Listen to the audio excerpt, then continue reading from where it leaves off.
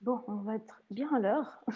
Alors, je vais laisser maintenant Julien faire une présentation de la Maison Blanche.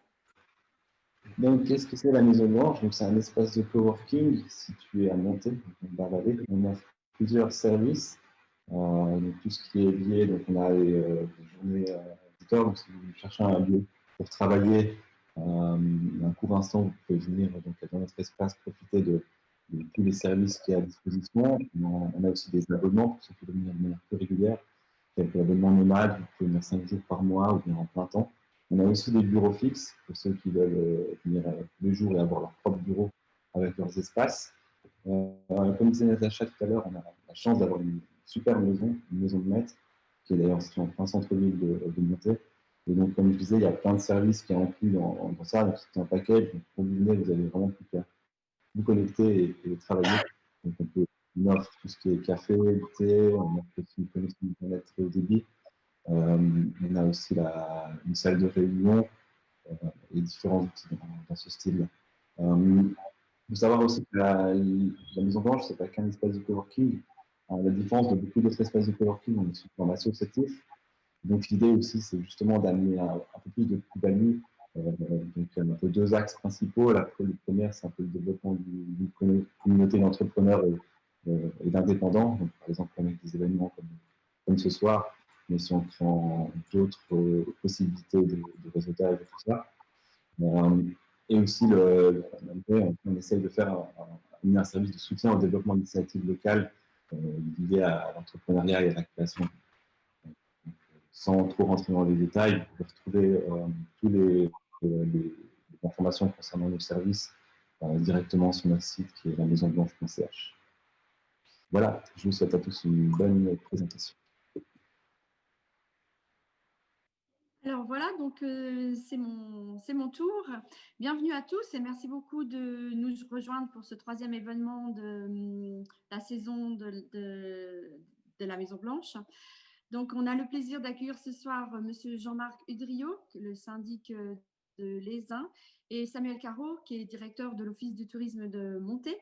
Donc je vais présenter un peu les intervenants et puis après on commencera la discussion. Donc, Monsieur Caro a obtenu en 2018 un diplôme fédéral de spécialiste en relations publiques à l'école de marketing et communication Polycon à Lausanne. Après une première expérience à l'Office du tourisme de Saint-Maurice, il a créé sa propre structure de société de guiding à VTT, notamment dans la vallée d'Illier et sur le domaine des Portes du Soleil. Il connaît très, très bien la région. Il a été sollicité de nombreuses fois dans des commissions stratégiques pour le développement touristique de la vallée d'Illier. Il est sportif et volontaire et a accepté de relever le défi de la direction de l'Office du tourisme de Monté en 2017. Et sous son impulsion, l'Office du tourisme a opéré un virage en orientant sa mission vers des projets plus durables tout en maintenant une activité événementielle importante. Alors, quant à M. Udriot, eh bien, il est né à Monté. Alors, on est très heureux qu'il soit revenu ce soir pour notre événement. Il a quitté le Valais d'abord pour effectuer un apprentissage de cuisinier, puis un cursus à l'école hôtelière de Genève. Et en 1997, il monte à l'Aisin pour mettre à profit ses compétences dans le domaine de l'hôtellerie. Et très vite, le village le séduit et il sait qu'il va y rester. Parallèlement à son parcours dans l'hôtellerie, il est demeuré très actif au sein de l'armée en tant que logisticien dans les troupes d'infanterie. Et il dit de cette expérience qu'elle lui a appris l'importance de réajuster les situations et de travailler en équipe. En 1998, il se lance en politique et entre au conseil communal de l'Aisin. En 2006, il en devient le syndic, ce qu'il est toujours aujourd'hui. Donc, à ce titre, il entame une réflexion sur le tourisme 4 saisons et prend le parti d'investir politiquement cette vision sur le long terme. En 2011, il est aussi devenu le directeur administrateur délégué du Télé-Lézin Col des Mosses, la Lécherette SA, un poste qui lui permet de développer encore davantage le projet. Donc, messieurs, je vous remercie d'avoir accepté notre invitation et d'être venus à la Maison Blanche ce soir. Donc, comme vous avez pu l'entendre, les deux intervenants sont très actifs dans le domaine touristique, tant M. Caro en plaine que M. Udrio en altitude. Afin d'évoquer les spécificités locales dues à la géographie, j'ai pensé que peut-être chacun de vous pourrait rapidement décrire un peu, prendre une photographie de la situation actuelle, de vos situations actuelles respectives par rapport au tourisme 4 saisons et peut-être éventuellement parler de la déferlante Covid-19 et comment elle a changé la donne. Alors, je ne sais pas qui veut commencer. Ne soyez pas trop galant, prenez la parole. Je laisse le régional de l'étape commencer. Allez, Monsieur Caro, allez-y. Il faut mettre le micro, Monsieur Caro. Ici, voilà. Ah voilà, c'est mieux.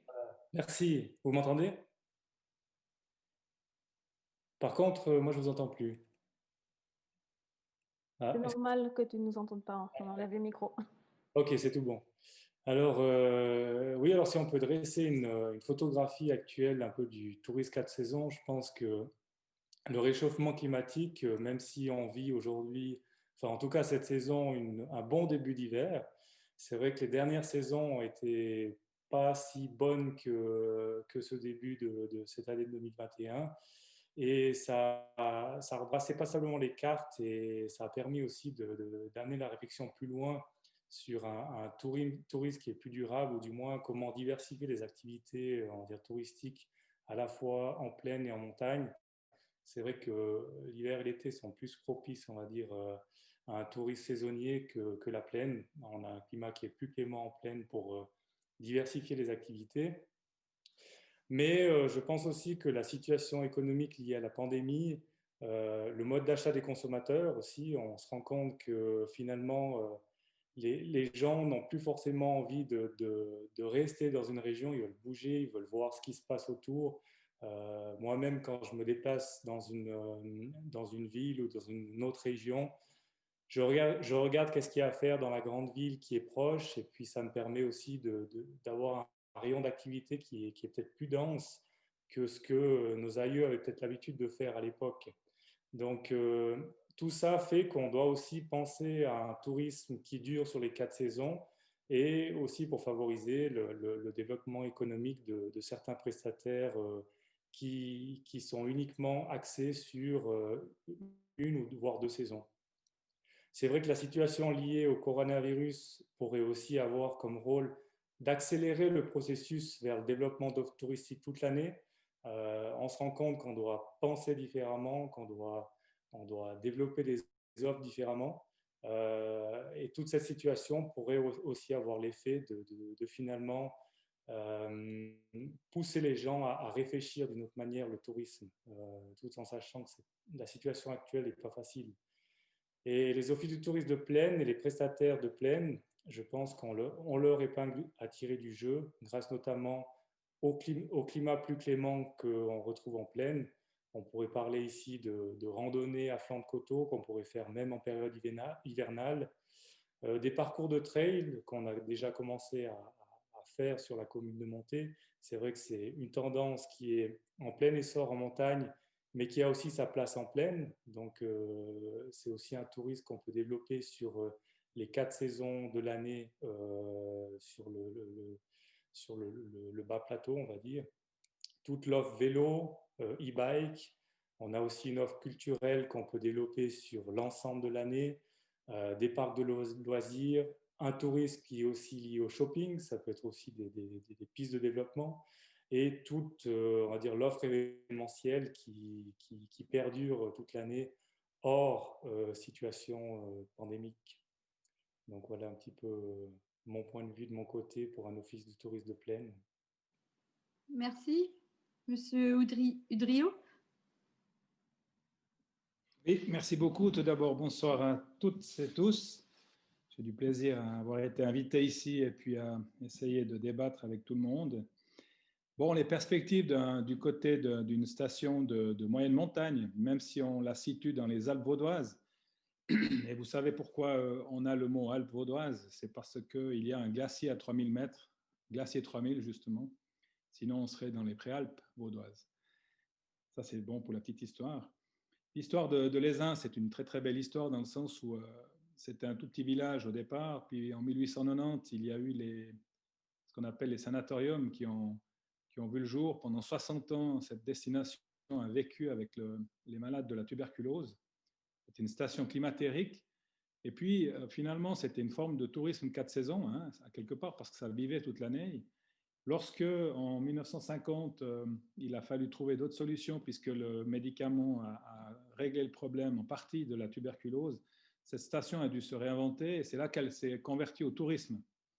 Et le tourisme d'hiver, en fait, parce que ces grands établissements qui constituaient les sanatoriums ont été repris par le Club Méditerranée, qui avait créé le premier village d'hiver à la montagne. Donc, elle s'est convertie au tourisme, mais quasiment tout sur l'hiver. Ça, c'était la problématique. Puis ensuite, on a eu une chance un petit peu intéressante qu'on bénéficie encore aujourd'hui, puis on en parlera encore après en termes de perspective, c'est les écoles internationales qui sont arrivées dans les années 60-70, on en a 3. Et ça, c'est aussi une perspective de tourisme 4 saisons pour ce qui concerne la partie économique. Maintenant, les perspectives pour nous actuellement, c'est jusqu'à présent, on se triturait les méninges pour savoir comment on allait gérer la situation de l'après-neige. Parce que, comme l'a dit M. Caro, vous faites comme vous voulez, il neige toujours, mais de plus en plus haut. Donc, ça devient compliqué. Et puis, en plus, les conditions atmosphériques font que vous avez des changements de température assez incroyables. Vous avez un lundi, vous avez un moins 10, et puis le samedi, vous avez plus 10. Hein. Donc, c'est juste incroyable ces effets qu'on a, sans compter qu'il y a le vent qui vient aussi s'ajouter là-dessus. Pour les installations de remontée, c'est parfois compliqué. Donc, on parlait surtout de ça. Et puis maintenant, on voit que, alors on essaye de chercher des modèles économiques, mais aussi dans quelles infrastructures investir. On en parlera après aussi. Puis finalement, depuis une année, il y a une autre donnée qui est venue se rajouter dans nos réflexions, c'est la Covid. Et ça, c'est aussi incroyable parce qu'on l'a vu l'été dernier, puis on le voit encore cet hiver aussi. On a une autre clientèle, on a d'autres besoins, on a d'autres sensibilités. Les gens cherchent vraiment plus d'émotions, vraiment plus de contact et aussi de participer à quelque chose dans une destination touristique. Donc, on voit qu'on doit être encore plus complet dans l'offre. Voilà un petit peu les perspectives à notre niveau à ce stade aujourd'hui. Alors, merci beaucoup. Donc, vous avez tous les deux un peu évoqué les différences dues à votre géographie entre la plaine et la montagne. Monsieur Udrio a aussi évoqué le passé un peu historique de la transformation de la station de l'Aisin en station médicale, en station sportive d'hiver et aussi accueillant des écoles internationales. Monté, c'est plutôt une ville traditionnellement industrielle, pas avec une tradition touristique. Donc les contextes historiques sont très différents. Est-ce que il y a quand même des conséquences sur l'approche au niveau des mentalités de l'évolution? Parce que finalement, l'Aisin a déjà dû faire une transition entre un tourisme médical et puis un tourisme d'hiver. Donc, il entamerait un peu, la ville entamerait un peu une autre transition. Puis Monté, qui est parti un peu de zéro, c'est peut-être exagéré, mais de pas beaucoup. Est-ce que les mentalités, est-ce qu'il y a des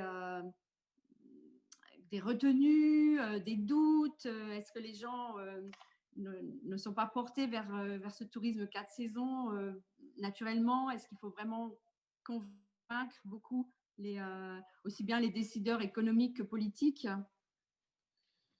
Bon, alors c'est vrai qu'il y a toujours des très, très grandes discussions, mais voyez-vous, elles sont beaucoup orientées au niveau de l'économie. Si les gens ont peur, ce n'est pas tellement de devoir investir dans des choses qui permettraient la transition, c'est de perdre ce qu'ils ont aujourd'hui en termes de revenus. Alors, je prends toujours ce fameux calcul que tout le monde connaît, surtout les stations valaisannes. Une journée de ski, c'est 200 francs en moyenne, entre la journée, les locations de ski, le restaurant, les hôtels. C'est une chaîne de valeur, tout ça.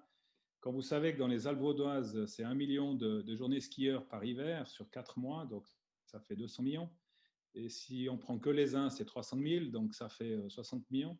C'est des retombées qui ne sont pas négligeables en 4 mois. Et ça c'est toujours très difficile à dire, mais qu'est-ce qu'on va pouvoir avoir comme modèle économique à la fin, même si vous pensez qu'il faut faire la transition, mais qu'est-ce que vous allez pouvoir garantir pour qu'on puisse vivre? Parce qu'à la fin, on touche quoi? On touche des familles, on touche des gens qui habitent là depuis des décennies, qui sont d'origine de là, qui sont dans la vallée des Ormondes, les uns et ça. On est très connectés entre les uns et les autres. Et beaucoup de commerçants et beaucoup de familles ont peur de ça. Après, j'observe aussi que plus les années passent, parce que finalement, nous, on parle de ces transitions 4 saisons, des stratégies là autour depuis à peu près une quinzaine d'années dans la région, mais aussi dans les Alpes vaudoises. Et puis, j'observe que les années passant, en tout cas dans le domaine du politique, que ce soit les conseils communaux ou les municipalités, il y a de plus en plus la volonté de trouver la solution, puis de chercher. C'est pour ça qu'il faut vraiment qu'on travaille aussi ensemble. Puis après, c'est à nous aussi d'aller convaincre et puis de donner un peu de la confiance. C'est ça qui est nécessaire. Mais vous échapperez jamais aux grandes discussions autour de ces retombées économiques, puis qu'est-ce qu'on va perdre comme revenu. Et maintenant, avec la pandémie, eh bien, les restaurateurs perdent beaucoup d'argent, même à la montagne, parce qu'ils sont aussi fermés. Les hôtels en perdent aussi un peu moins qu'en plaine, parce que par je ne sais quelle voie céleste, les remontées mécaniques ont pu rester encore jusqu'à présent ouvertes. Donc, ça fait quand même fonctionner les hôtels, ça fait quand même fonctionner certains commerces comme les locations de ski ou les cours de ski et ainsi de suite, ce qui est une bonne chose pour une destination. Et là, on voit bien qu'il y a une autre prise de conscience. Et ce qu'on disait tout à l'heure, c'est que je crois que c'est peut-être l'opportunité aussi de recentrer un peu le débat, puis de réfléchir de nouveau ensemble pour reprendre quelques chemins un peu plus rapides pour cette transition 4 saisons. Puis je pense qu'il y a une troisième donnée qu'on n'y échappera plus maintenant, puis il faudra bien que même dans nos communes, si petites soient-elles, parce qu'on pense toujours que c'est les autres qui doivent faire l'effort, mais il y a la protection du climat qui entre en jeu aussi. Merci beaucoup. Monsieur Caro? Alors, je rejoins les propos de Monsieur Drio, et je pense que la situation de Monté est vraiment très différente d'une station de plaine et d'une économie d'une station de montagne, pardon, et d'une économie de montagne. Et c'est vrai que le principal défi sur Monté, c'est finalement passer, on va dire, porter ce passé de ville industrielle et finalement se rendre compte qu'on a un potentiel assez incroyable ici dans la région. C'est finalement d'être géographiquement bien placé. On va dire que le Chablais dans son ensemble, c'est une région qui est propice au tourisme, à quelques pas du lac, avec des stations qui sont situées à la fois du côté vaudois et valaisan. Un patrimoine aussi qui est différent entre vaudois et valaisan, qui apporte une certaine richesse pour la clientèle. Et finalement, en fait, ces atouts font qu'elle a tout pour se développer touristiquement. Et c'est assez intéressant de voir ou de gratter un petit peu le passé sur Monté. Et on se rend compte qu'en fait, à une certaine époque, le coteau de Choué, c'était défini comme une station touristique à la fin du 19e siècle. Et des écrits font mention que Gustave Eiffel et Frédéric Auguste Bartholdi, le concepteur de la Tour Eiffel, ils auraient séjourné au vieux manoir de Monté. Et puis, à cette époque, en fait, le vieux manoir de Monté était appelé la fin du bruit. Donc, d'où, en fait, la volonté des gens de l'époque de s'isoler, de contempler le panorama et d'aller s'isoler dans des endroits un petit peu perdus avec simplement une vue magnifique. Donc, on se rend compte qu'à cette époque, le tourisme existait déjà dans la région. Et c'est à ce moment-là qu'il y a eu une faillite d'une usine de sucre sur Monté. Et l'emplacement stratégique de Monté par rapport aux mines de sel, on sait que l'industrie chimique a besoin du sel pour pouvoir produire des choses. Et la ligne du Simplon ont permis la création de la Société des usines de produits chimiques de Monté. Et c'est là que la grande épopée industrielle de Monté a commencé. Alors, c'est vrai qu'au départ, on se rend compte qu'on a un contexte qui est favorable aux touristes, des gens qui viennent, et puis l'arrivée de l'industrie qui a, on va dire, passablement changé les mentalités, qui sont inscrites comme quelque chose qui a duré dans le temps et qui font maintenant partie d'un certain patrimoine et qui est ancré dans les mentalités. Mais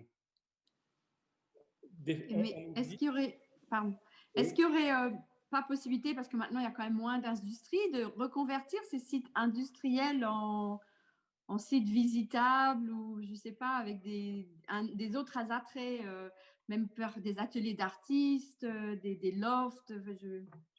En vous écoutant, ça me vient.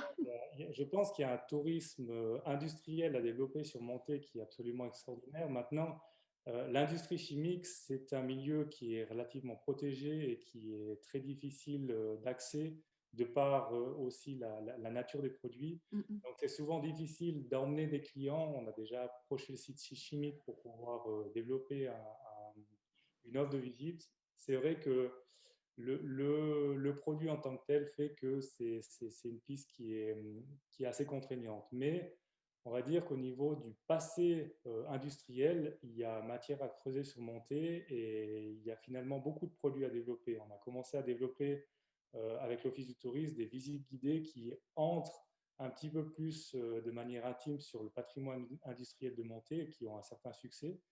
Et je pense qu'il y a encore beaucoup de pistes à développer dans ce sens-là.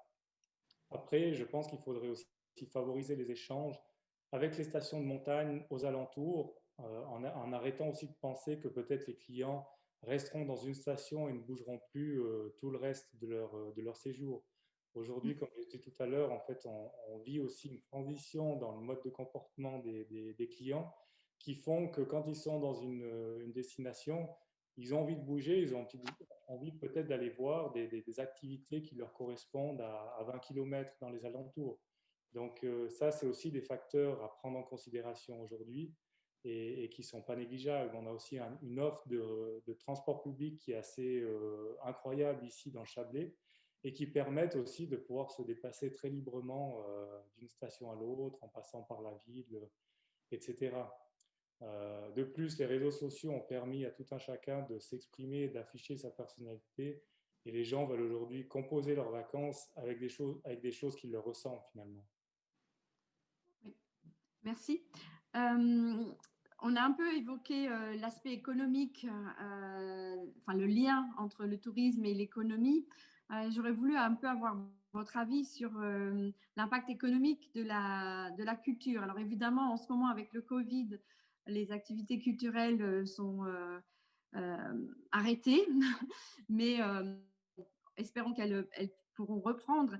C'est vrai que souvent, on entend des remarques assez dévalorisantes, comme quoi la culture, ça coûte beaucoup d'argent, mais que ça n'en ramène pas beaucoup.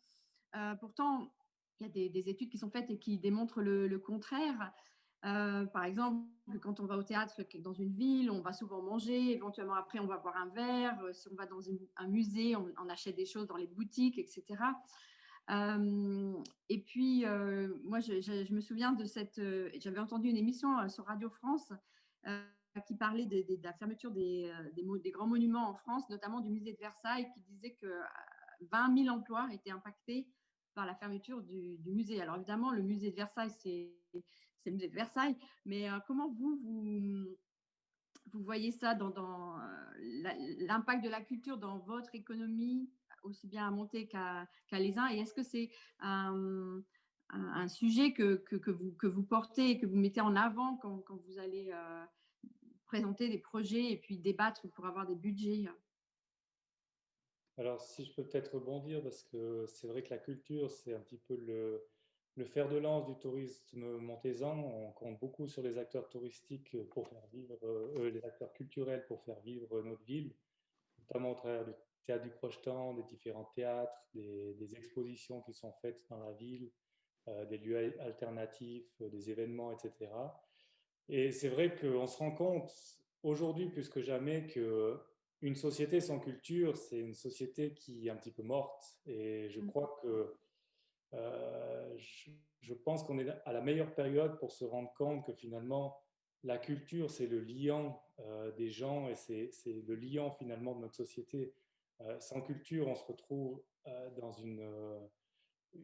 un petit peu sans vie et tous dans notre coin devant nos ordinateurs. Et finalement, ce qu'on a tous besoin, c'est d'échanger, c'est de se nourrir les uns les autres. Et du fait que ça n'existe plus aujourd'hui, ça nous rappelle à quel point c'est important pour la vie d'un être humain. Donc, j'espère vraiment que finalement les différents acteurs touristiques, les acteurs culturels, pardon, vont passer le cap de cette crise vraiment de manière favorable et qu'on les retrouvera après la crise, parce que ça, c'est aussi un autre défi. On dit que la culture, elle coûte cher, mais il ne faut pas oublier qu'il y a beaucoup d'identités culturelles qui vivent sur des subventions, sur des dons. Il y a beaucoup de bénévolat aussi qui est fait au travers des acteurs culturels. Et j'espère sincèrement que ces personnes qui sont derrière ces entités continueront à trouver la motivation pour pouvoir faire vivre cette culture qui est tellement essentielle à cette vie sur Terre. Bon, c'est intéressant ce que dit M. Caro. Évidemment, sur une station de montagne, de touristique, la culture, nous, on l'associe plutôt au patrimoine. C'est un peu là-dessus, et je pense que c'est aussi la question, elle est aussi tournée de ce côté-là. Quand on parle de patrimoine, c'est toute la question de l'agriculture, c'est toute la question de la musique folklorique, c'est toutes ces choses-là. Et puis, on voit bien que si on arrive à développer des concepts là autour, eh bien, on peut encore faire vivre l'émotion des gens et puis la rencontre des gens. Après, ce que je trouve toujours un tout petit peu étonnant, il y a ici à Monté, par exemple, un théâtre du Crochetan. Il y a des programmes toujours très intéressants quand ils peuvent le faire. Eh bien, pourtant, les uns montaient, c'est une demi-heure, 35 minutes, hein, pas plus. Et puis, je sais que certains hôteliers, certains commerçants dans la vallée mettent ce théâtre du Crochetan en avant, puis ils mettent ça dans leur programme, et ça ne marche pas, ou ça ne prend pas, ou très peu. Donc, je ne sais pas comment il faudrait joindre cette complémentarité pleine montagne, on va l'appeler comme ça, dans le domaine de la culture. Mais toujours est-il que sur les stations touristiques, pour nous, c'est aussi très important, mais c'est surtout lié à l'émotion et puis au vécu, puis aux rencontres. Et c'est lié quand même aussi au patrimoine en lui-même, quoi. Parce que lorsque vous faites une des Alpes, par exemple, hein, c'est vraiment un truc extraordinaire, puis il faut beaucoup de gens ne savent pas ce que c'est qu'une des Alpes, ils l'ont jamais vécu. Vous en avez une qui se passe tous les 4 ans à la Forclaz, elle est incroyable. Et puis chaque année, au mois de septembre, vous avez celle de l'Étiva, par exemple, pour nommer ces deux-là. C'est quand même émotionnellement pour les gens qui viennent de la ville, par exemple, de n'importe quelle ville européenne ou je ne sais quoi, sont toujours très, très intéressés par ça et puis on vit ça avec l'émotion. Puis c'est aussi ça qu'on doit mettre en avant dans nos métiers touristiques. Merci beaucoup. Donc, monsieur, excusez-moi, il sonne jamais ce truc et aujourd'hui il sonne quoi. Excusez-moi, il est sur silencieux et il sonne. Donc, le développement touristique, c'est l'un de vos chevaux de bataille depuis longtemps. Et puis, dans votre commune, vous vous êtes vraiment investi et vous avez fait de cette question un sujet central qui s'intègre dans la stratégie de votre commune. Est-ce que vous pouvez un peu nous en dire plus sur ce côté? Parce que vous mêlez en fait un peu le tourisme et la politique dans la mesure où vous êtes aussi directeur des remontées mécaniques. Donc, est-ce que c'est un bon moyen de pouvoir faire avancer les choses que d'avoir ces deux axes en même temps? Alors, c'est un très bon moyen, mais en même temps, il faut la volonté de vouloir le faire.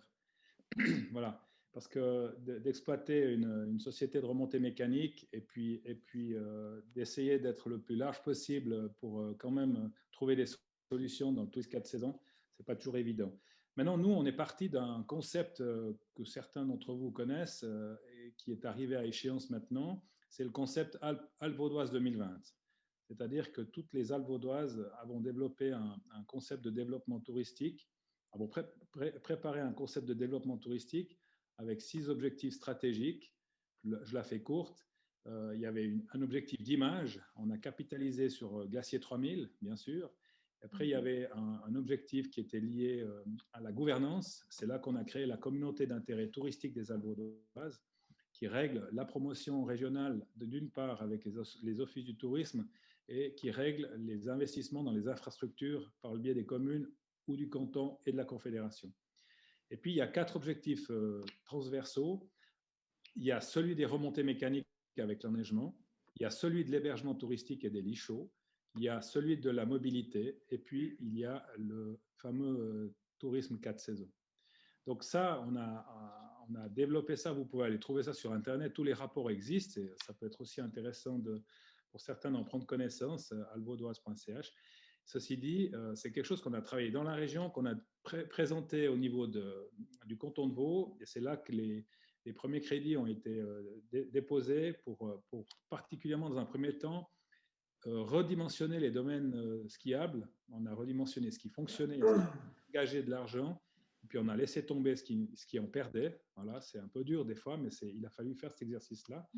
Enneigé où c'était possible de le faire avec des négociations très fortes avec les ONG. Et puis, en parallèle de ça, certains hôtels ont été rénovés, d'autres ont été reconstruits. Et puis maintenant, on est dans le fameux chapitre du tourisme 4 saisons. Alors, la suite des opérations, c'est que chaque commune, après, a dû prendre ce concept Alpes vaudoises 2020 pour sa propre commune, parce que sinon, ça ne marche pas. Donc, le concept régional, il a fallu l'adapter aussi au concept, dans un concept communal et vice-versa. Et puis, pour ce qui est de l'ESIN, ben voilà, nous, on a décidé que politiquement, on allait s'engager là-dedans. Et puis, on a développé un programme de législature. Parce que je suis convaincu, comme avec mes collègues, et ce n'est pas Mme Imsen-Schmidt qui est là, qui nous écoute aussi, que si la politique n'essaye pas de s'investir là-dedans, ce n'est pas possible. Il faut fixer des cadres, il faut essayer d'amener des solutions, on est là aussi pour ça. Et puis, dans ce programme de législature, eh bien, on a développé la volonté de 3 choses. D'abord, on veut sortir du capital neige, on veut faire sortir de la problématique du Francfort, parce que les écoles internationales, c'est bien, mais on peut avoir quelques soucis là-dessus. Et puis, on veut également diversifier notre économie, pas seulement le tourisme, mais l'économie aussi. Puis, on capitalise sur plusieurs infrastructures qui existent aujourd'hui, puis d'autres concepts. Voilà un petit peu comment on a évolué. Alors maintenant, il y a 2 éléments qu'il faut prendre en compte. Alpes vaudoises 2020 est terminé. Donc, il y a un autre programme qui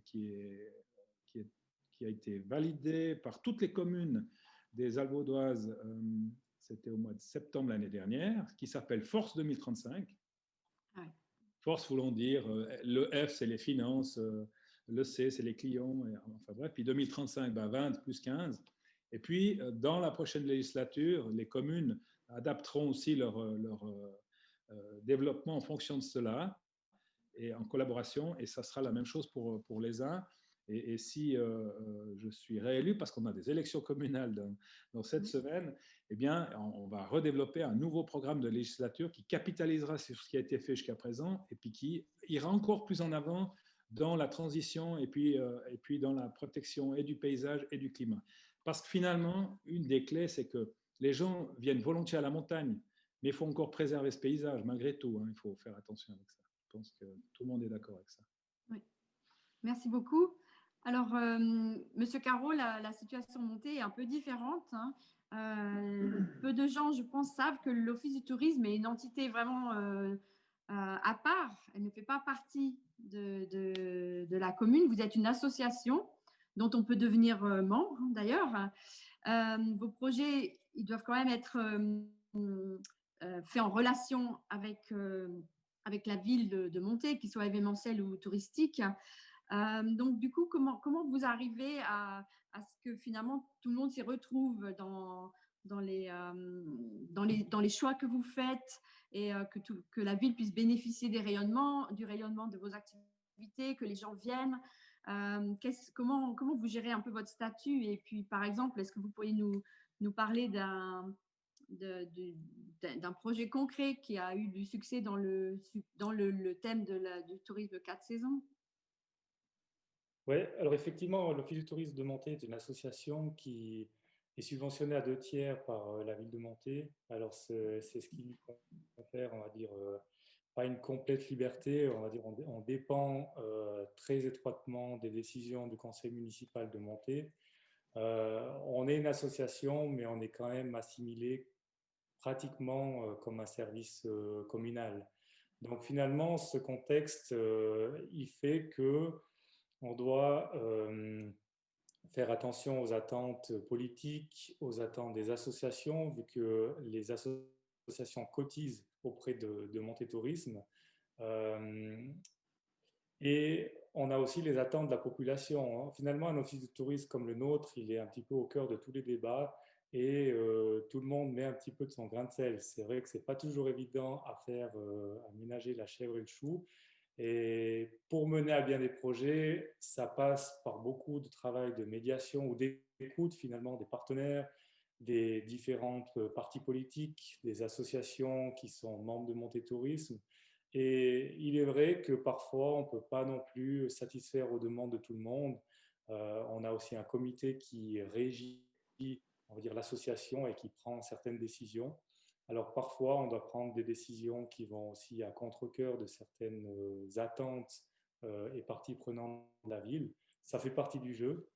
Ça fait partie aussi un peu des défis de diriger un office de tourisme. Et puis, finalement, des projets qu'on a réalisés, on va dire, en partenariat avec la ville de Monté. On travaille très étroitement avec les différents services de la ville de Monté. Donc, il y a un peu tous les événements qu'on a remaniés ces dernières années. Un des plus grands, ça a été le marché de Noël, qui s'est fait en étroite collaboration. Et je crois que ça a été assez nouveau aussi pour les services de la ville d'être autant impliqués dans un événement organisé par Monté Tourisme. Et on s'est rendu compte que finalement, avec une ville de 18, bientôt 18 000 habitants, si les forces n'étaient pas toutes regroupées et que finalement on ne rayonnait pas comme une ville à part entière et que les services ne travaillaient pas ensemble, on resterait à faire des petits événements. Donc le marché de Noël, comme on l'a connu, pas cette année malheureusement parce qu'il a été annulé, mais les 2 dernières années et ce qui deviendra ces prochaines années, c'est le fruit d'une collaboration entre différentes parties prenantes de la ville et c'est vraiment dans ce sens-là qu'on doit travailler parce que c'est comme ça qu'on pourra faire des projets d'ampleur qui vont être bénéfiques pour la population et pour toutes les personnes qui aussi s'attellent à ces différents projets. Je pourrais aussi citer les parcours de trail qu'on a récemment mis au bout du jour sur la commune. Ça a été une étroite relation aussi avec le service de la mobilité de la ville de Monté. On a également homologué des sentiers raquettes sur le haut de Monté, donc au Giette. Ça a été aussi le fruit d'une collaboration. Et puis actuellement, on est en train de travailler sur des balades audio qui vont être mises au bout du jour en printemps 2021. Et puis ces balades auront la vocation de pouvoir permettre aux utilisateurs de prendre leur iPhone, d'ouvrir une application et de visiter la ville de Monté sous différentes thématiques en utilisant uniquement leur iPhone et en se baladant simplement dans la ville de Monté. Et avec ça, on va le coupler avec des projets de mobilité douce, notamment avec le vélo. Donc les utilisateurs pourront le faire à la fois à pied, mais aussi à l'aide de leur bicyclette ou des vélos qu'ils pourront louer sur place. Donc voilà un petit peu des exemples de projets qu'on met ensemble. C'est certainement très différent de ce qu'on pourrait faire dans une dynamique de montagne, mais c'est un petit peu ce qu'on arrive à composer aujourd'hui dans la ville de Monté. Merci beaucoup. Donc, vous avez un petit peu défloré ma question suivante parce que je voulais justement parler des projets de digitourisme. Donc, il y a 8 projets dans cette veine qui viennent d'être récompensés en Valais à la suite d'une initiative lancée par la fondation The Arc, dont le but est de favoriser l'innovation technologique et industrielle en Valais, et le CETI, le service de l'économie, du tourisme et de l'innovation. Donc, ce sont essentiellement des applications qui permettent du self-checking, d'avoir des informations sur des randonnées à vélo, des plateformes web spécialisées dans le no-tourisme qui sont faites avec des vignerons de la région. Il y en a beaucoup d'autres. Donc, ils valorisent le patrimoine d'un lieu, mais qui peut être vu n'importe où dans le monde, assis dans son salon. On peut déjà préparer ses vacances et presque y être. Il y a des simulations. J'ai vu qu'à Villars aussi, ils proposent un parcours touristique où les gens ont des choses à scanner avec des photos à prendre dans différents endroits. Donc, moi, j'avais pour habitude avant de dire que la science-fiction, c'est aujourd'hui, mais je pense que c'est un petit peu vrai. On vit un peu dans la science-fiction. Quels sont les développements que vous voyez par rapport à cette digitalisation du tourisme? Est-ce que c'est une opportunité ou est-ce que vous avez peur que les gens ne viennent plus parce qu'ils peuvent voir le Valais ou les Alpes vaudoises de chez eux devant leur télévision? C'est intéressant cette question-là. Moi, je suis assez partagé. Finalement, M. Caro a esquissé un peu deux, trois choses dans ce domaine-là. Moi, je reste quand même persuadé que c'est une chose qu'on peut faire, c'est quelque chose qu'on peut développer, mais ça ne doit pas être l'essentiel parce que ce tourisme, à quelque part, si vous n'avez pas le contact avec les gens, si vous n'avez pas la possibilité de rencontrer des gens, si vous n'avez pas la possibilité de vous exprimer, si vous n'avez pas la possibilité de vivre une expérience avec des gens ou dans le cadre de, je prends par exemple le no-tourisme, hein, je veux dire, faire la dégustation de vin par visioconférence, c'est pas terrible, même si le gars qui explique son vin, il est vendeur hors pair, puis qu'il arrive à vous séduire dans la parole, mais vous aimeriez être dans sa cave, et où il y a son chai, où il y a son carnet de sel, où il y a sa fabrication. C'est la même chose si vous fabriquez des produits du terroir, des choses comme ça. Donc, ces choses-là, on n'arrivera jamais à les digitaliser, puis il ne faut surtout pas les abandonner. C'est pour ça que je suis un peu partagé d'un côté et de l'autre. En termes de développement, si je prends la région des Alpes vaudoises, mais on est très axé aussi sur le vélo, hein, donc il y a des master plans qui se mettent en place actuellement entre plusieurs communes. Et bien sûr que là, vous digitalisez tout, les parcours, les dénivelés, vous prenez en photo. Il y a même des endroits où la photo se déclenche automatiquement, puis après vous la recevez à la maison. Tout ça est extraordinaire. Je pense qu'à un moment donné, les gens vont se lasser de ça. Comme vous avez beaucoup de gens, et même des jeunes hein, de 30, 35, 40 ans, qui tout d'un coup, ils se déconnectent complètement de Facebook, par exemple. Ils disent, on veut plus avoir affaire avec ça. Et on reviendra à la question de l'humain au centre de tout cela. Hein. Je pense que c'est quand même essentiel et il ne faut pas perdre cette idée-là, de mon avis. Après, il faut rester attentif à tout le reste, c'est sûr, ça. Voilà. Bon, c'est aussi beaucoup d'actualité avec le contexte, parce qu'évidemment, nous-mêmes, là, ce soir, qu'est-ce qu'on fait? On fait une visioconférence, mais c'est vrai que récemment, j'ai fait plusieurs interviews de personnes et qu'il y a une lassitude, vraiment des gens qui en ont marre d'être derrière les écrans et de tout vivre comme ça, sans rencontrer les gens. Après, j'avais vu aussi qu'il y avait... je ne sais plus si c'était des chocolats ou du vin, mais les gens pouvaient faire les dégustations, ils recevaient chez eux les échantillons de vin ou de chocolat et puis ils faisaient avec. Mais il n'y a pas le fait d'être entouré, de sentir l'atmosphère du lieu, l'énergie des participants et de la personne. Comment vous voyez la chose, M. Caro? Alors, c'est vrai que le comportement des gens a été complètement bouleversé par cette pandémie. Et puis, on se rend compte que finalement, la digitalisation, elle a quasiment été introduite dans les foyers, pour certains, comme seul moyen de communication avec l'extérieur. Certains ont vécu vraiment un confinement qui a été strict et leur seul accès vers l'extérieur, c'était la digitalisation. Donc, à partir de là, je pense que le comportement des consommateurs, il va retrouver un rythme normal une fois que cette pandémie, elle va passer, si elle passe un jour. Mais l'avancée technologique, elle restera certainement ancrée pour beaucoup de gens et sur le consommateur de demain. Maintenant, je rejoins les propos de M. Udrio. Je pense que d'un côté, le tourisme doit s'adapter à cette transition numérique, mais l'être humain restera toujours au centre. On ne pourra jamais remplacer dire ce que l'être humain vit émotionnellement dans son fort intérieur. Je dis toujours à ma femme qui prend plein de photos partout où on va en vacances, elle me dit, toi, tu ne prends jamais de photos? Je dis, non, moi, mes photos, elles sont à l'intérieur de moi. Et finalement, je pense que les gens ont ça en eux et ça ne pourra jamais être remplacé. Donc, ce qu'on vit en tant qu'être humain, les échanges qu'on a, ce qu'on transmet au travers du toucher, de l'odorat, de tous nos sens, finalement, on a été conçu d'une certaine manière pour vivre aussi d'une certaine manière. Donc, ça va nous aider aussi à nous projeter, je pense, pour nos vacances. Ça va nous aider peut-être à nous familiariser avec un lieu avant d'y être, toute cette digitalisation, peut-être à se projeter aussi de manière plus facile dans le lieu où on va séjourner, peut-être de gagner du temps sur place pour finalement faire déjà un programme qui est déjà préétabli de nos vacances et que finalement sur place, on n'a plus à se soucier de ce qu'on va faire, si on doit réserver quelque chose, etc. etc. Mais l'être humain sera toujours là, donc finalement, ça va peut-être nous faciliter la vie, ça va peut-être faciliter peut-être jusqu'à un certain point, jusqu'à ce que ça devienne très contraignant, puis on reviendra peut-être en arrière, je ne sais pas, l'avenir nous le dira. Mais du moins, l'être humain sera toujours là au milieu de tout.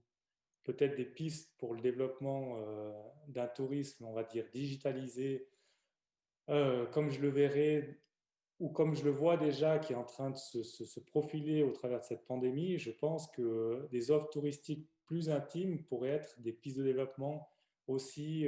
On se rend compte qu'il y a des tours à VTT. J'ai récemment vu un reportage sur une station française qui proposait du fat bike, donc c'est des vélos électriques avec des gros pneus. Et du coup, les gens découvraient une région de manière différente, avec un comité beaucoup plus intime que le ski, on va dire, traditionnel sur des grands boulevards et des grandes pistes. Et du coup, ces gens-là découvraient une région totalement différemment. Et peut-être qu'une autre forme de tourisme va naître finalement de cette pandémie, tout en gardant, on va dire, un tourisme traditionnel qui va certainement rester. D'accord. Merci beaucoup. Alors, j'ai encore quelques petites questions et puis après, on passera aux questions que le public a commencé à poser sur le chat. Alors, malheureusement, je n'ai pas accès à ces questions parce que là, j'utilise un appareil qui n'est pas à moi, mais on va y venir après. Je voulais voir, bon, je pense que le potentiel par rapport au développement du tourisme 4 saisons dans vos régions respectives, il est quand même très grand. Comment vous voyez ce développement avec quelle synergie? Je pensais notamment, est-ce que le regroupement de communes vous paraît une solution, pas forcément pour tout le monde, mais ou en tout cas de peut-être créer des groupes. Monsieur Udrieux nous parlait tout à l'heure de certains groupes. Il y a beaucoup de groupes du côté vaudois dans le tourisme. Est-ce qu'en Valais, en Chablais-Valaisan, on a un peu aussi ces structures qui regroupent parce que pour faire avancer, il y a peut-être besoin d'un peu plus de cohésion plutôt que chacun de son côté. Oui. Là, vous posez la question par rapport aux perspectives vraiment du tourisme 4 saisons, on est d'accord? Oui. Ouais. Alors, je reviens un tout petit peu sur ce que j'ai dit avant. Il faut absolument que les politiques aient un vrai programme là derrière. Et puis, il faut fédérer les acteurs. Il n'y a pas d'autre solution. Et puis, pour ce faire, et même si vous fédérez les acteurs, à un moment donné, ils peuvent être d'accord sur quelque chose, sur un programme, mais à la fin, peut-être qu'il y a des dissensions parce qu'il y a des intérêts qui sont moins bien défendus. Vous savez, à l'Aisin, on a mis, allez, le train Aigle-les-Uns a été construit en 1900. De tout temps, les gens de l'Aisin, ou une catégorie de gens à l'Aisin, ont cherché à prolonger le train d'une certaine façon. Parce que ce train, en fait, il a un défaut majeur historique, il contourne le village. Ça doit être un train au monde. Il ne doit pas y avoir beaucoup de trains au monde qui contournent le village. Il ne rentre pas à l'intérieur du village. Mais c'est historique, c'est parce qu'à l'époque, les villageois avaient peur des malades, puis avaient surtout peur que Ah, le terrain soit spolié par les industriels et les constructeurs. Et de tout le temps, il y a eu des projets pour prolonger ce train. Le projet le plus emblématique qui a complètement échoué, c'est celui d'aller jusqu'au sommet de la Berneuse, où il y a le restaurant tournant. Et puis, en 2008, le dossier, après 30 ans de discussion, le dossier a été définitivement enterré par le tribunal fédéral. Donc, il n'y a pas eu de volonté commune dans un village, dans une petite communauté. Tout le monde n'était pas d'accord. Certains étaient d'accord, d'autres pas. Puis ensuite, on a repris ce chapitre. Et puis, aujourd'hui, on est arrivé avec un prolongement de train qui n'ira pas à la Berneuse, mais qui rentre à l'intérieur du village, qui corrige l'erreur historique. Mais même là, alors on sait qu'on va pouvoir le faire, on connaît les horizontaux là, mais même là, quand on va rentrer dans la vraie discussion, il y aura des intérêts qui ne seront pas forcément bien mis en avant et bien défendus. Donc, c'est un travail de très longue haleine. Partant de ça, moi, je reste convaincu qu'il faut avoir du courage, il faut avoir de la volonté, et puis il faut des programmes, et puis il faut y aller. Et si on n'est pas dans cet esprit-là, ben, on n'y arrivera non plus pas. Et ça doit commencer par la politique. Monsieur Caro parlait de son office du tourisme à Montaix. Je ne connais pas bien le fonctionnement dans les offices du tourisme de ville. En tout cas, pour ce qui est de la montagne, je suis convaincu que ces modèles actuels qu'on a connus pendant 30 ou 40 ans de ces offices de tourisme, c'est plus possible. Il y a trop d'acteurs qui envoient au chapitre parce qu'ils payent 200 francs de cotisation, alors ils peuvent se permettre tout et n'importe quoi. C'est assez dur ce que je dis là, mais je trouve que là, il faut aussi fédérer, puis il faut aussi expliquer, puis mettre en place des modèles qui sont des modèles professionnels, puis laisser les gens professionnels travailler. Un hôtelier est excellent dans son hôtel. C'est peut-être pas le meilleur dans la vente. Vous voyez ce que je veux dire? Il peut être très bon, mais peut-être il est plutôt bon dans l'accueil et puis dans la gestion de son entreprise. Mais enfin, on a tous des forces et des faiblesses. Et c'est un peu dans ce chapitre-là, je pense qu'on peut aussi faire beaucoup de choses. Et puis à partir de là, si on veut faire les transitions qu'on attend par rapport à l'environnement, par rapport à la population, par rapport à l'économie, eh bien, il faudra bien trouver des financements. Et puis ces financements-là, les porteurs de projets ne peuvent pas tout faire tout seuls. Parce qu'un hôtel, par exemple, aujourd'hui, on sait dans une station que s'il n'a pas un spa ou une petite piscine ou une infrastructure adjointe à son restaurant et à son hôtel, c'est compliqué pour vivre toute l'année. C'est très, très difficile.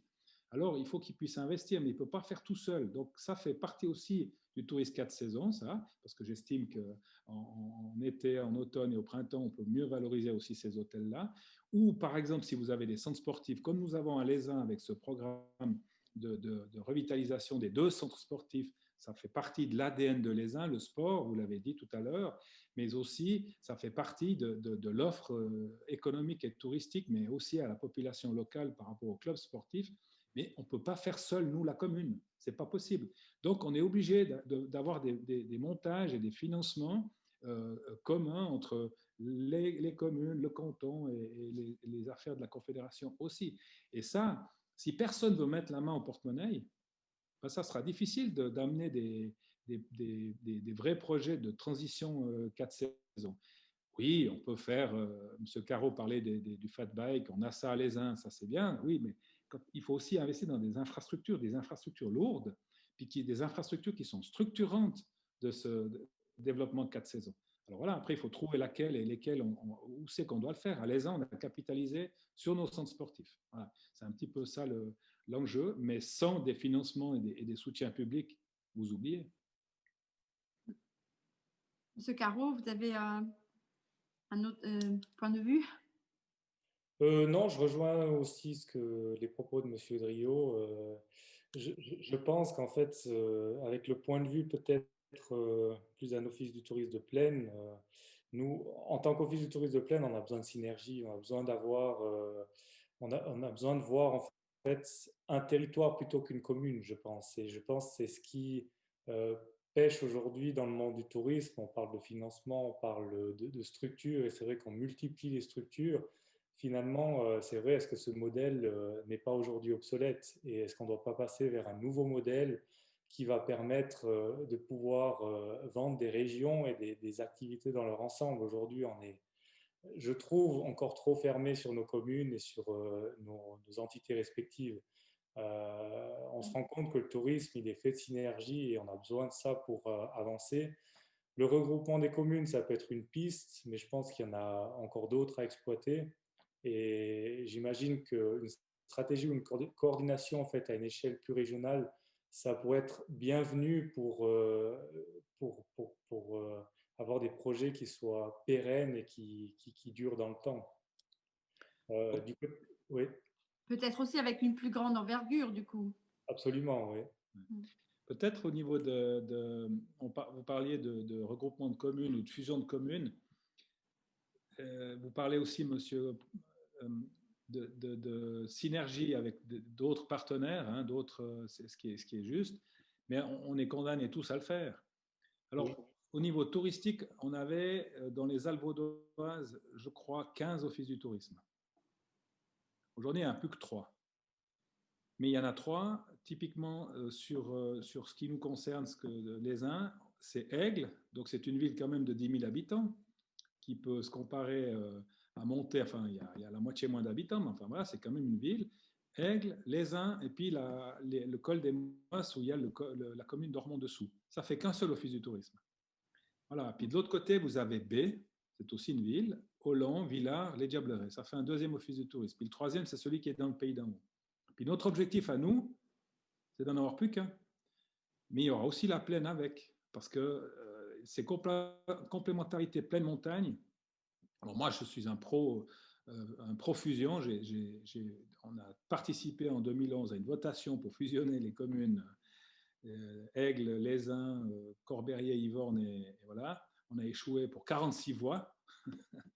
Et puis, ce n'était pas Les Uns ni Yvorne qui a dit non, c'était Aigle. Donc, c'est 46 voix sur la commune d'Aigle.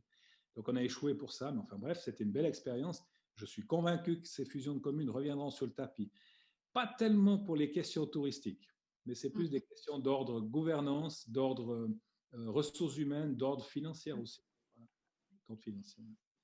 Alors, on va arriver au bout de la discussion, mais j'ai une dernière petite question. Je me demandais comme ça si vous aviez chacun une baguette magique et que vous pouviez entreprendre, mais vraiment le projet qui vous tiendrait à cœur, lequel ce serait, donc évidemment dans le développement tourisme 4 saisons. Est-ce que vous avez chacun une idée, quelque chose que vous voudriez pouvoir faire juste cling comme ça? Moi, je crois que c'est difficile de faire clic dans le monde touristique parce que il y a tellement d'acteurs qui entrent en jeu et finalement, ouais, on se rend compte qu'en fait, on est un petit peu sur des organismes qui ont plusieurs couches et si on enlève une couche, on se rend compte qu'il y en a une autre dessous et il faut faire un petit peu attention à toutes ces choses. C'est vrai qu'on parle toujours un petit peu du côté valaisan de l'amer regret de Chablais Tourisme et un petit peu de cet échec. Peut-être de réfléchir différemment à un tourisme régional, je pense que ça pourrait être totalement cohérent. Alors sans forcément fusionner ou sans forcément mettre les grands moyens, ou du moins tout de suite, déjà réfléchir à des pistes de développement pour arriver, on va dire, à un tourisme un peu plus régional. Et puis après, plus spécifiquement sur Monté, je pense qu'à Monté, on a besoin d'une offre hôtelière qui est plus large que ce qu'elle existe aujourd'hui. Je pense qu'il y aurait le potentiel. Moi, je rêverais aussi de voir un centre-ville qui est dynamique avec des commerces qui sont aussi eux-mêmes dynamiques et voilà, qu'il y ait des synergies au travers du centre-ville qui soient attrayants à la fois de manière économique, mais aussi pour les citoyens. Et Monsieur Udrio? Moi, d'un clic, j'aimerais tellement de choses. Puis en plus de ça, je suis quelqu'un de gourmand, voyez-vous. Alors, non, mais je pense que si je devais vraiment avoir un vrai coup de cœur, quelque chose qui ferait que ça règle beaucoup de soucis chez nous en termes de centre de village, parce qu'on n'a pas de centre de village, on a 3, ma foi c'est l'histoire aussi, on a 3 centres si on veut bien, c'est que le train qui se prolongera jusqu'aux remontées mécaniques en traversant le cœur du village, et puis le funiculaire qui fera la même chose, mais perpendiculaire entre le centre sportif d'en bas et le quartier de la gare du FEDER, le quartier des écoles internationales, eh bien, ce n'est pas dans 10, 12, 15 ans, il serait demain, là. Voilà. Maintenant. Et je pense qu'on aurait résolu pas mal de problèmes, et puis on pourrait se passer, on pourrait commencer à avancer à autre chose. Voilà. Bon, eh ben, merci beaucoup. On va maintenant ouvrir les questions publiques. Alors peut-être Maud, tu en as choisi une ou deux pour commencer qui proviennent du chat et puis qu'après les gens peuvent poser leurs questions directement. Ouais, alors je vais relever quelques questions.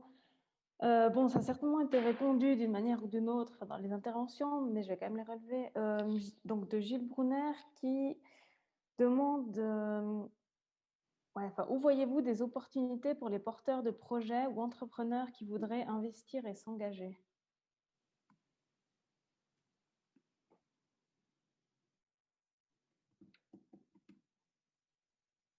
C'est un peu, je peux peut-être Ouais, vas-y. expliquer un peu plus, mais c'est un peu dans le sens que de ce qui a été discuté. Vous avez présenté des aspects aussi institutionnels, mais vous avez une vue qui doit être assez bonne sur les différents projets, les différentes choses qui se font dans ce cadre du tourisme d'été. Est-ce que vous avez des projets que vous avez vus qui se développent et vous voyez qu'il y a des opportunités, il y a des domaines dans lesquels vous voyez qu'il y a vraiment quelque chose à faire et que vous trouvez que c'est intéressant, certains plus que d'autres? Peut-être si je peux répondre, je pense que la piste e-bike, elle est fortement intéressante. Et je pense qu'elle est en plein développement, notamment dû à l'avancée technologique des vélos eux-mêmes. C'est vrai qu'il y a à peine 5 ans en arrière, avec un e-bike, on n'avait pas la possibilité on avait une autonomie, on va dire, peut-être d'une heure pour quelqu'un qui n'a pas forcément un grand physique, tout au plus une heure. Et aujourd'hui, en fait, les vélos permettent des échappées qui sont juste extraordinaires. Et ça permet aux gens qui n'ont pas forcément une condition physique importante de pouvoir voyager, de pouvoir découvrir une région de manière ludique sans non plus trop se fatiguer. Donc il y a tout un réseau qui est en train de se créer autour de l'e-bike, des produits qui sont en train de se développer, des applications aussi, des réseaux de guides AVTT. Je pense que le marché est en plein boom et il y a encore beaucoup de choses à faire. Ok. Moi, si je peux répondre à M. Brunner, c'est vrai que vous ressemblez à votre papa. Il fait beaucoup d'armée avec son papa. Alors, je m'excuse. Il y a quelque chose qu'on explore en ce moment et qui pourrait être intéressant pour des investisseurs dans des infrastructures touristiques, mais c'est lié avec du partenariat public-privé. Par exemple, si vous avez, chez nous, on a 2 centres sportifs. Un, il est dévolu vraiment au sport associatif, vraiment au sport d'entraînement pour les équipes et ainsi de suite. Puis le deuxième, il est plus autour de l'eau, piscine et consorts. Et puis, on va en faire un espace ludique, l'améliorer dans ce sens-là. Et puis là, je pense que si on est capable de monter un partenariat public-privé, parce qu'il y a des choses que dans un centre sportif, vous n'arriverez jamais à rentabiliser, puis d'autres, si vous les gérez bien correctement, puis vous amenez une offre qui soit intéressante en lien avec le positionnement de la destination, parce que c'est toujours ça, vous n'allez pas, disons, mettre un terrain de foot international si vous n'avez pas d'équipe internationale. Je veux dire, voilà, c'est en lien avec le positionnement de la destination. Ça, c'est aussi important d'en parler. Il faut vraiment avoir un bon positionnement, puis il faut que tout le monde soit d'accord avec ce positionnement-là au niveau des acteurs. Eh bien, peut-être que des investisseurs seraient intéressés à prendre quelques risques là derrière parce qu'il y a les pouvoirs publics qui garantissent aussi quelque chose. Ok, merci. Je vais relever, alors c'est pas vraiment une question, mais c'est une intervention de Anne-Laure Zuffray qui dit qu'après plusieurs discussions avec les acteurs du tourisme d'été, enfin, ils arrivent tous à la même réflexion, c'est qu'il y a beaucoup de choses à faire en Valais, mais que ces activités sont mal, voire très peu promues par les acteurs touristiques, en particulier cantonal valaisan. Oui, alors c'est effectivement la conclusion avec d'autres acteurs, notamment que ce soit le parapente, que ce soit peut-être des activités un petit peu plus en marge que l'e-bike qui est effectivement en plein essor. Mais c'est aussi des réflexions qui viennent de nos clients, qu'on a pu constater également en lien avec le Covid, où notre clientèle, comme ça avait été relevé, a complètement changé, où les gens cherchent à faire des choses très diverses. Ils sont beaucoup plus mobiles. Il y a eu énormément de ventes de camping-cars, de petits bus, qui fait que les gens, ils veulent bouger, ils veulent voir des choses différentes. Et puis, ils savent pas où trouver l'information, ils savent pas quoi faire. C'est la première année où j'ai dû autant faire des programmes pour des gens qui ne savaient pas ce qu'ils pouvaient faire en Valais. Et pourtant, il y a des stations et les gens sont habitués à l'hiver. Il y a eu passablement notamment de Belges et de Hollandais qui avaient des appartements en montagne qui, pour la première fois, comme ils étaient obligés de rester en Europe, sont revenus en Valais l'été et ont dit « Ah, mais c'est magnifique ce canton. Par contre, où est-ce que je trouve des informations pour savoir ce qu'on peut faire ?» Et puis ça, c'est la réflexion qu'on a eue, c'est de comment promouvoir mieux tous ces petits partenaires, tous ces petits prestataires d'activités pour pouvoir en faire vraiment un haut lieu touristique du lac jusqu'au Valais. Ouais, je pense que c'est une bonne question. C'est un défi qu'on a au niveau valaisan, je pense. Et quand je parlais tout à l'heure de synergie, je parle aussi de ce genre de produit dont j'ai aussi dû faire face parce qu'en montant ma société de guiding à VTT, c'était il y a maintenant 5 ans en arrière, avant, on va dire, l'envolée de l'e-bike. Et puis moi, je proposais des prestations, on va dire, hors moteur électrique.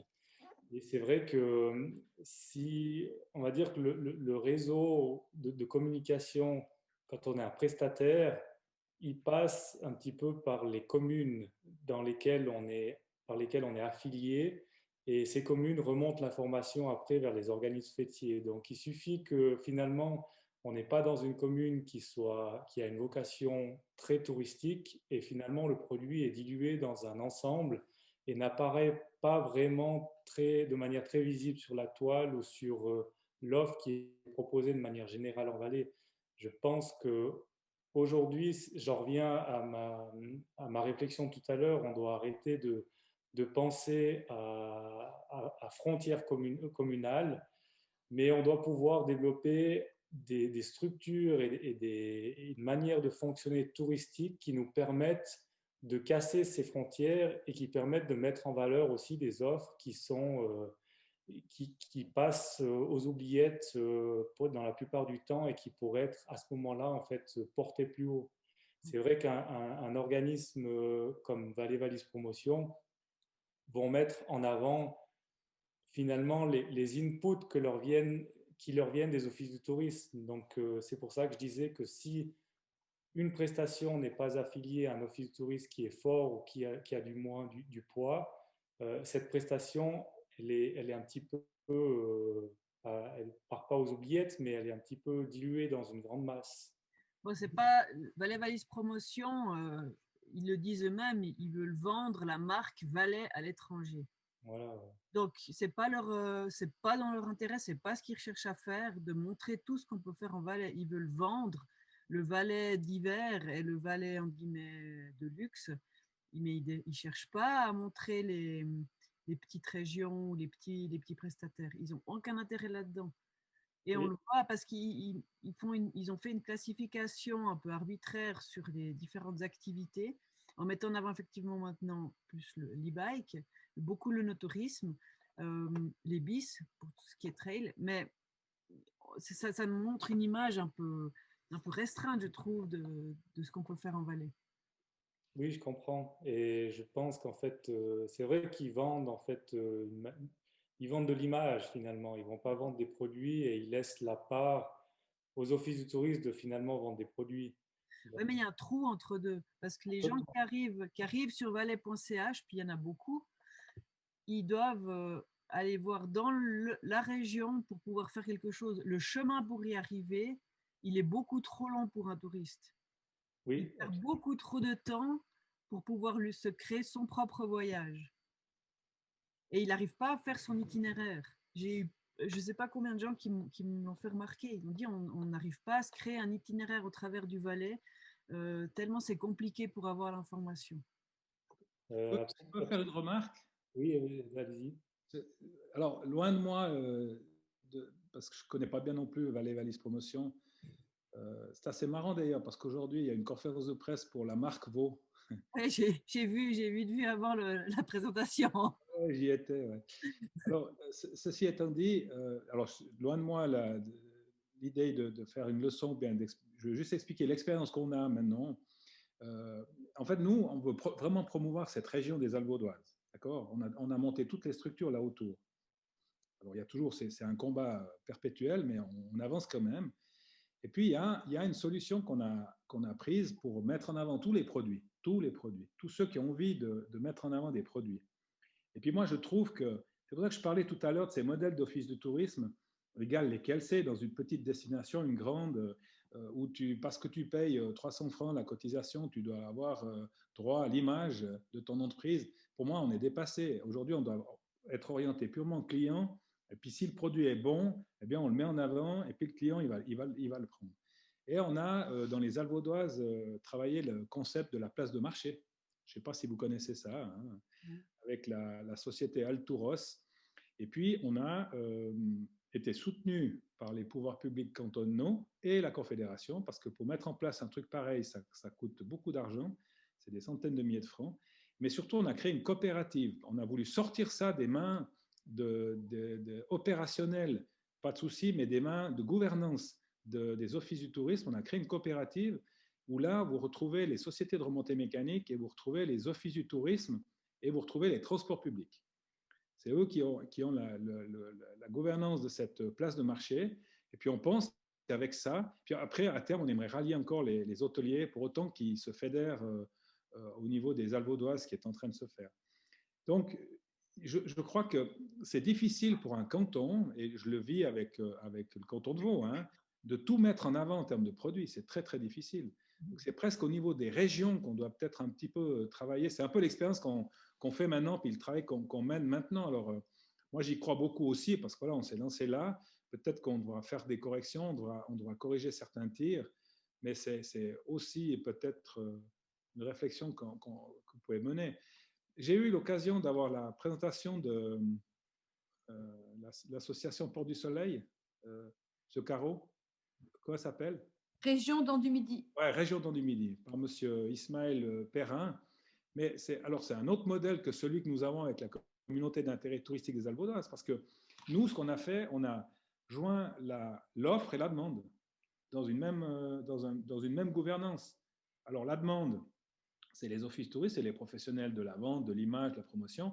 Puis l'offre, c'est les porteurs de projets, les hôteliers et les communes, à quelque part, ou les transports publics.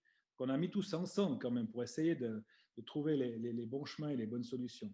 Bon, alors, il n'y a pas un modèle qui est meilleur que l'autre, il y a deux modèles différents, puis on essayait de regarder comment on pouvait faire quelque chose entre la région de Dents du Midi puis cette communauté d'intérêt touristique des Alpes vaudoises. Et puis, il y a un an, Madame Dufray parlait du chemin, hein, pour y aller. On a la chance, par exemple, dans cette région, d'avoir les trains.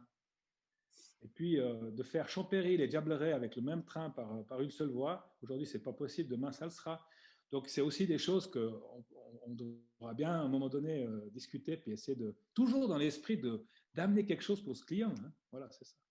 Et puis, après, si vous avez la mobilité, vous pouvez mettre en avant les écoles de parapente, les écoles de kayak et toutes ces sports ou ces produits, on va appeler ça comme ça, qui peuvent intéresser beaucoup de monde, quoi. Si c'est connu, alors ça, je rejoins Mme Dufray, il faut que ça soit connu. Voilà. Puis, il y a encore un autre élément, c'est que moi, je pense que plus la région, elle vend ses produits ensemble, plus elle met en avant la totalité de ce qu'elle a comme offre et ainsi de suite, plus on risque d'avoir des gens qui sont intéressés à investir. Ça revient à la question de M. Brunner tout à l'heure, je pense. Voilà. Est-ce que quelqu'un a une autre question ou Maud une autre question dans le chat? Alors non, il n'y a pas d'autres questions dans le chat. Donc, prenez la parole. Ou écrivez dans le chat si vous voulez, il n'y a pas de souci.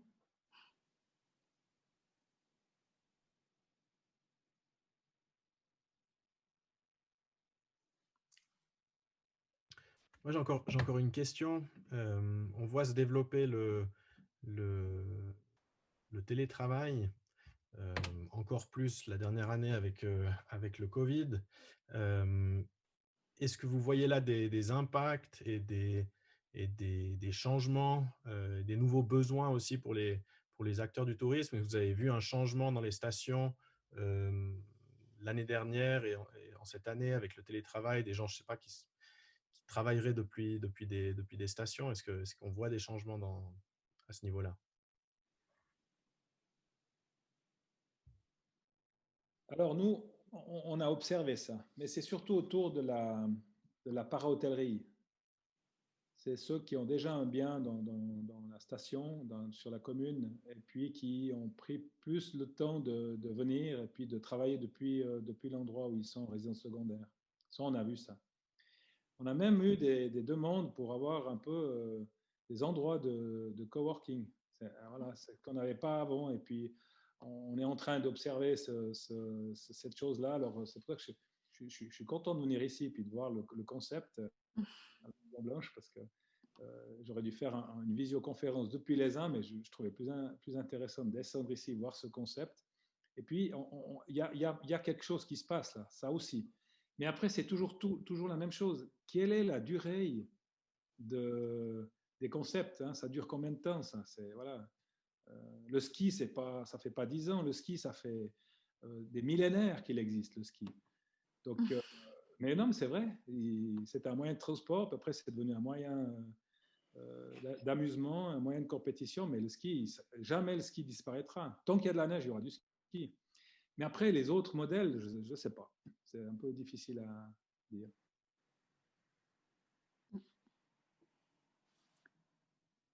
Très bien. Est-ce qu'il y a encore des questions? Sinon, on va conclure.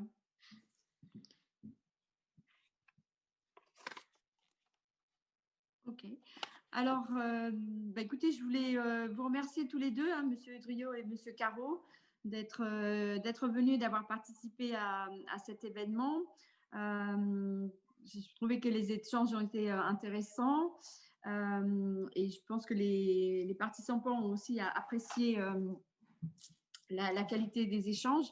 On espère à la Maison Blanche que cette conférence aura sémé des petites graines et qu'on les verra pousser. C'est un peu le but aussi de nos événements, c'est de donner de l'inspiration à des futurs entrepreneurs, des chefs de projet. Donc, je vous remercie vraiment tous les deux et aussi tous les participants. Je profite de la conclusion pour vous annoncer que notre prochain événement aura lieu le 24 février, aussi en visio. Lors de cet événement, donc c'est Antoine André qui reviendra. Il était venu au mois de novembre pour nous parler de la prise de décision par consentement. La prochaine fois, et on explorera avec lui le concept du cadre de sécurité, aussi dans l'idée de la gouvernance partagée. Donc, la définition du cadre de sécurité, c'est une définition en fait consciente du comment on travaille ensemble. Quand on est dans des entreprises, normalement, bon, voilà, on va à des réunions mais quand on décide de définir un cadre de sécurité, chacun exprime ses envies, ses limites, etc. Et ça permet de pouvoir fonctionner plus équitablement avec les différentes personnes. Donc, ça permet une croissance individuelle et collective de la société. Donc, n'hésitez pas à vous abonner à notre newsletter si vous souhaitez recevoir les informations et le lien pour l'inscription. On espère que vous avez apprécié cette soirée. Si vous avez envie de nous faire des retours, n'hésitez pas aussi à nous envoyer vos commentaires, aussi pour qu'on améliore le concept. Du coup, comme Maud l'a annoncé avant le début, on va laisser encore un peu ouvert si jamais certaines personnes veulent encore échanger. Et sinon, on vous souhaite une très bonne soirée et merci beaucoup.